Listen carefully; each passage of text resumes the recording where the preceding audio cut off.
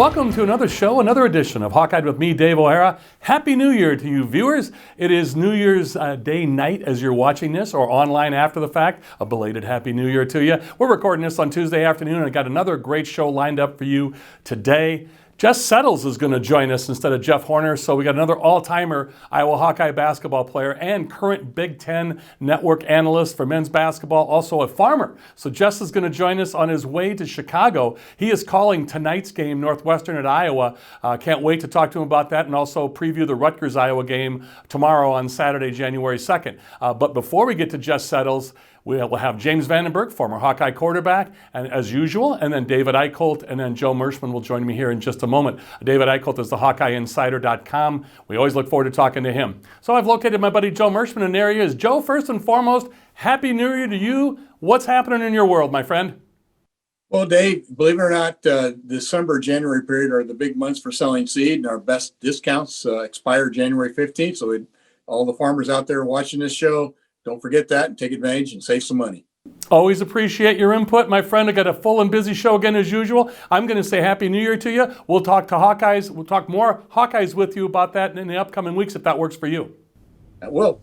I want to let you viewers know before I bring David Eicholt up that when we record this on Tuesday afternoon, David is on his way back from Florida. We record this show out of order, so David and I are going to be talking briefly now, and then I want extended time with Jess Settles and James Vandenberg, former Hawkeye greats. James, quarterback in football, Jess, all-time great basketball player at Iowa. I wanted to talk to David more on radio, and I'm going to get into more detail about the Iowa game being canceled against Missouri at the Music City Bowl, but I also want to go more in detail about Iowa Northwestern and Iowa and Rutgers basketball games. So when I locate David, we'll talk about those things briefly only. And I've located David Eicholt. You see him right there on the screen. David has done great work. Like you'll see Jess Settles in the show later on. David come back from his vacation in Florida. We're doing this on a quick spot moment. First of all, David, thanks for joining us. Happy New Year to you. Such short time with you today because we ran along with Jess Settles, recorded out of order today, so I want to get to it right away with you. The Iowa-Missouri Music City Bowl, not going to happen. Talk to us about it if you would, please. Yeah, it was a very interesting circumstance, Dave. You know, they talked about how the reason why the game was canceled was due to contact tracing from the Mississippi State game on December 19th. Yet Eli Drinkwitz, the head coach, sent all of his players back home for Christmas. And what they said was they didn't send the players who were under contact tracing and everything home. But I think this says it's a little bit kind of sketchy about this entire situation. But due to the uptick in COVID, they weren't going to be able to play. And from what I was told, Dave, they only had 53 scholarship players available for the game against Mississippi State. So they were already towing the line. And Iowa wasn't even aware of these reports until they became public on Twitter the day that the game was canceled. David, you and I can talk more basketball. I wanted to promote the radio show that you're going to be doing with me again. Check it out, DaveO'HaraSports.com or at Dave O'Hara Sports via social media on WMT and KXIC in the Iowa City, Cedar Rapids, and throughout the state of Iowa. You'll be able to listen to that. David and I are going to go long form talking about University of Iowa men's basketball, the football game that wasn't. So we're recording this on Tuesday afternoon. You're watching this on Friday on TV. Happy New Year again on New Year's Day night, but also online after the fact. So David, Iowa, Northwestern tonight. We're recording this on Tuesday afternoon. Talked to Jess Settles. It's on later on in the program. We recorded it earlier. Jess is calling that game tonight. Then Iowa plays Rutgers on Saturday. No rest for the weary. And the Big Ten, what a season so far. Would you believe if I told you, as Jess Settles said, Iowa going into this game, Northwestern's 3-0, and Michigan State is 0-3. Unbelievable. 2020, Dave. I hate using that repeatedly, but it is so true. The top four preseason Big Ten favorites, Illinois, Wisconsin, Michigan State, and Iowa, all already have at least one loss. There's only two teams in the Big Ten that have not lost in Big Ten play, Northwestern, as you said, and Michigan. So the league leader and the league winner is probably going to have at least 5 losses, Dave. It's going to be an absolute cluster all season, and I'm 100% here for it, and I think everybody else should be too. You always are. He is David Eicholt, HawkeyeInsider.com, at David Eicholt. Thanks again, David. Happy New Year to you, and talk to you next week, and talk to you on radio. Back at you, Dave. Thank you. You're very welcome. For David Eicholt, we'll be back with more to close out the show with James Vandenberg, former Hawkeye quarterback, and then Jess Settles, former Hawkeye great basketball player. Back with more Hawkeye with me, Dave O'Hara, in a few moments. Farming makes a positive difference in my life. I love to take care of the yards and the flowers in the garden, but I also like the opportunity that I have now that I can get in the combine and help when they need that. During the fall, one of the main things that I take care of is hauling grain to the elevator or hauling it here onto the farm and getting it in the bins. Women in general just have more opportunities that they can show their strengths today on the farm. Welcome back to Hawkeyed with me, Dave O'Hara, and as you can see on the screen, I've located my buddy James Vandenberg joining us again this week. And James, former Hawkeye quarterback, and you can find all his handiwork today with the RBC Wealth Management Group, and you can check that out at corridorinvestmentgroup.com. So James, first and foremost, I hope you had a Merry Christmas, you and your wife and kids, and we don't have a football game to talk about this week, unfortunately, but let's stick to the positive first. How was did you have a Merry Christmas with you and the family? Christmas was good. It was definitely slower than normal, which is a good thing sometimes, but as far as the football, yeah, I think we kind of felt this coming the last couple of weeks. It just seemed like the cards were stacking up against us, and lo and behold, we will not be playing in a bowl game. Yeah, and you and I have talked about this in weeks past with the Michigan game being canceled, and so we're unfortunately becoming used to this. Now, James, I find this very compelling. For all year long, the Iowa Hawkeye football team was able to avoid any attachments or distractions or delays to the coronavirus or COVID-19, either whether it be for positive tests or anything else. And when Coach Ferentz got it a couple of weeks ago, tested positive and was able to come out of it okay, and he was going to be ready for practices. I just find it very interesting, sadly interesting, James, I guess I would say, that a team that went, eight weeks in a row without any issues has the last game canceled because of Michigan and also with Missouri now. So I'll lead into it this way.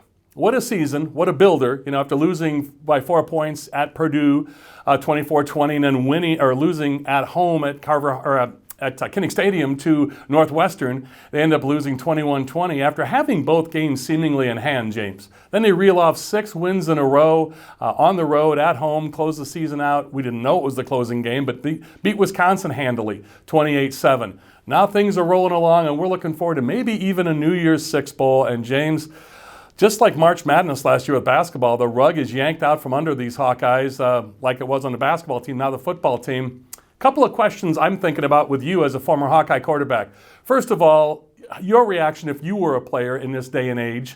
And secondly, how you think this is being handled, or how should the Hawks look at it from this point forward?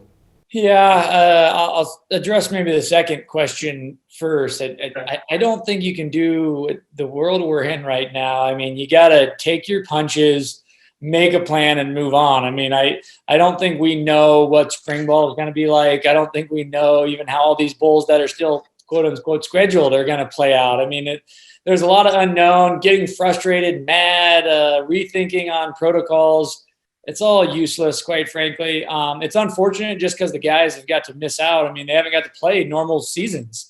And yeah, they have another year of eligibility, and I'm sure some of them will exercise that. But yeah, it's just unfortunate from that point of view.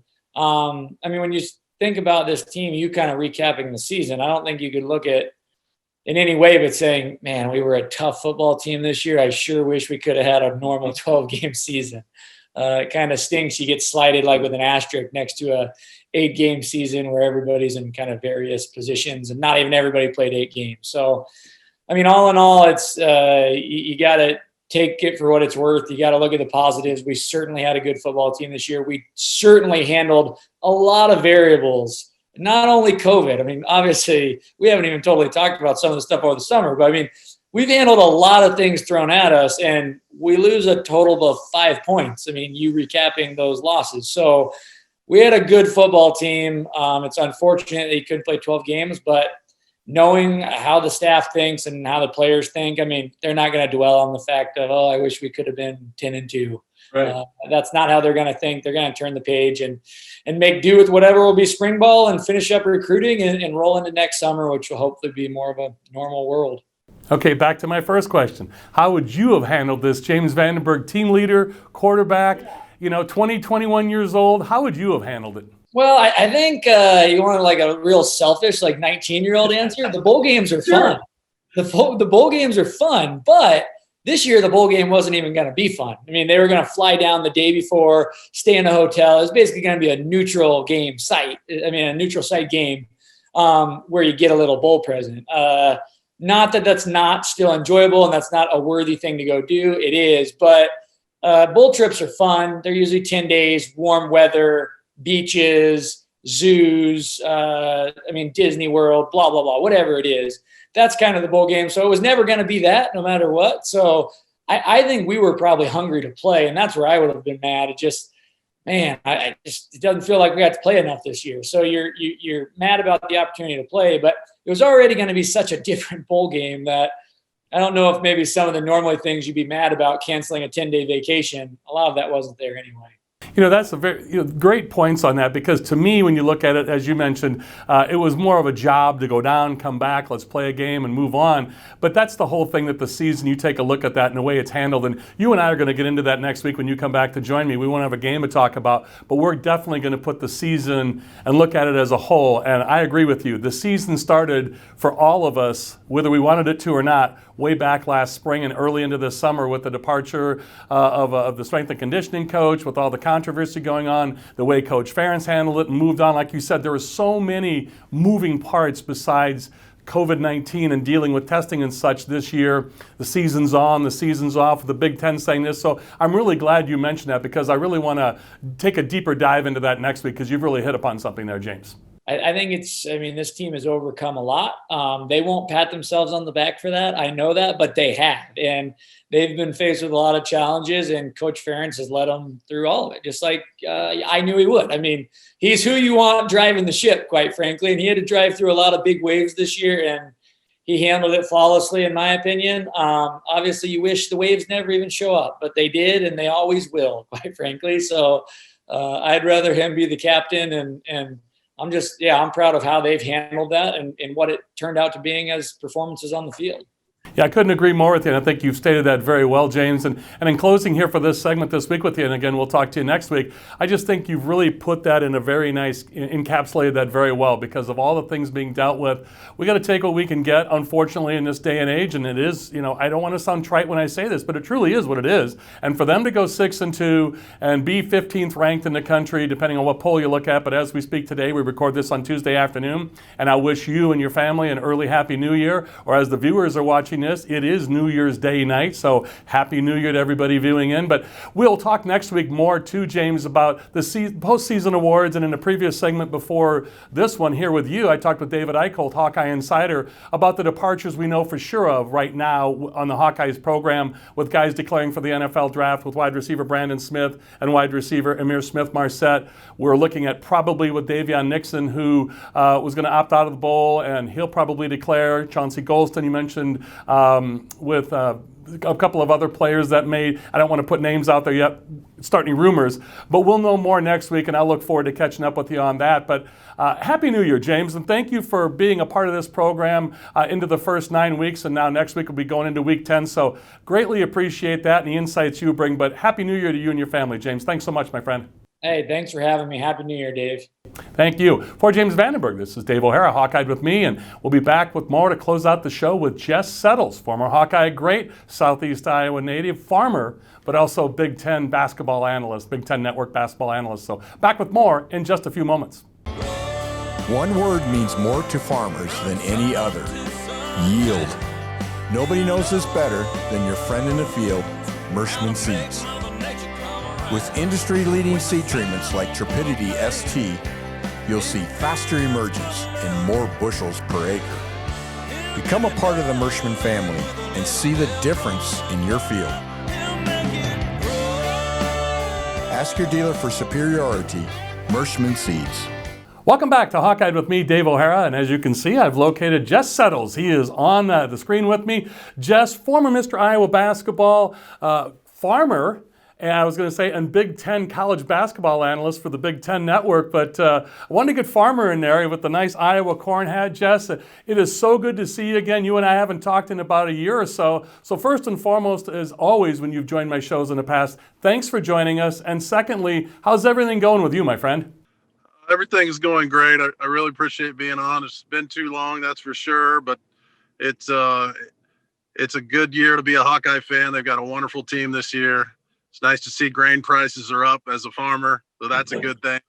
And it's just great to grow up in Iowa and spend a little time with you. I'm happy to be on. It's awesome. And as I mentioned, Jess is from the Winfield Mount Union area, up down by Mount Pleasant in southeast Iowa, former Mr. Iowa basketball. We're keeping that theme going, as you can see throughout the basketball season, with Jeff Horner, an Iowa high schooler out of Mason City and played for the Hawks, and Greg Bruner, Charles City, played for the Hawks, and Adam Halusk out of Carroll, Iowa, played for the Hawks. So Jess is keeping us in that basketball state of mind in the state of Iowa. But Jess's personal Twitter handle, if you want to follow all of Jess's activities and what games he's going to be calling, it's at Jess Settles Hoop. That's JessSettles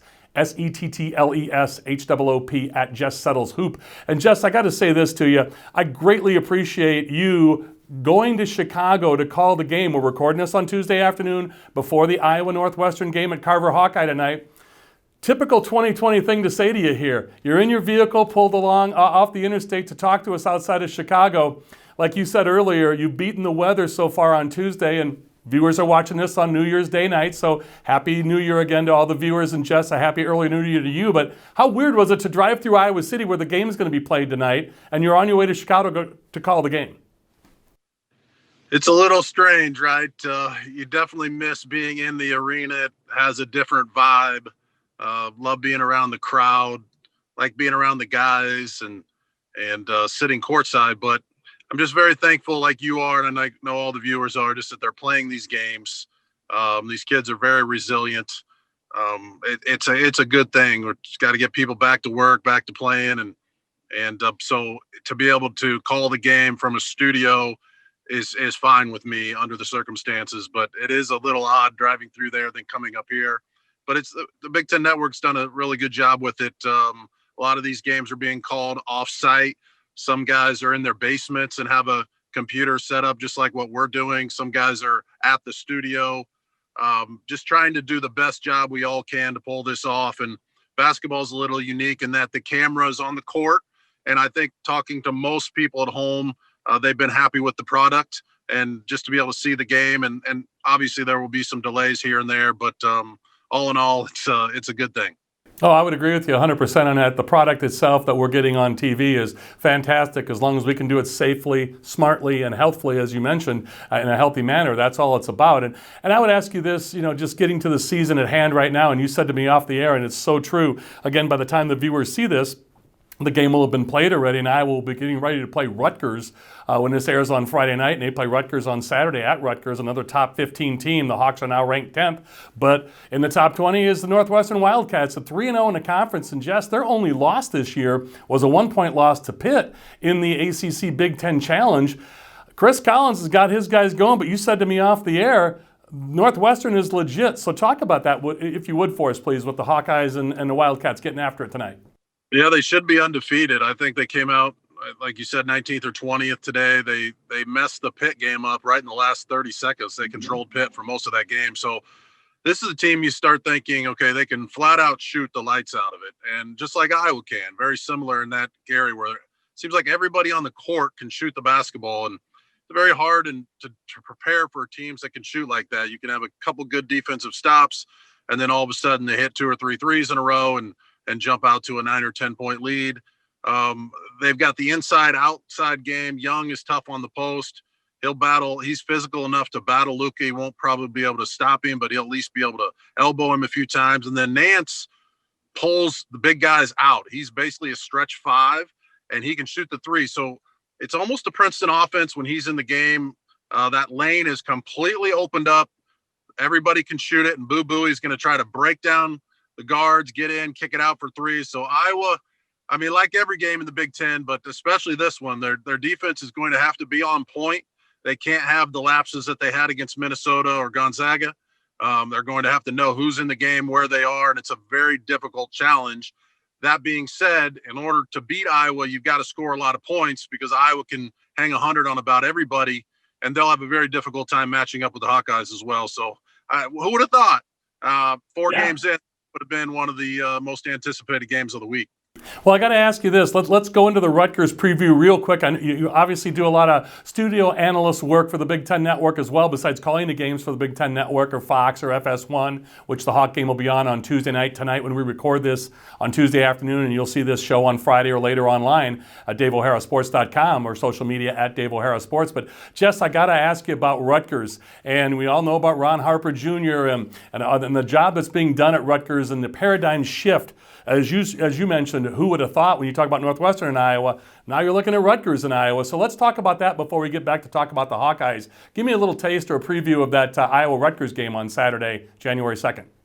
Well, Rutgers now has an offense that lives up to their defense, and they would beat you over the years in those rock fight games where they just lock you down. They play very physical. They absolutely crush people on the offensive glass.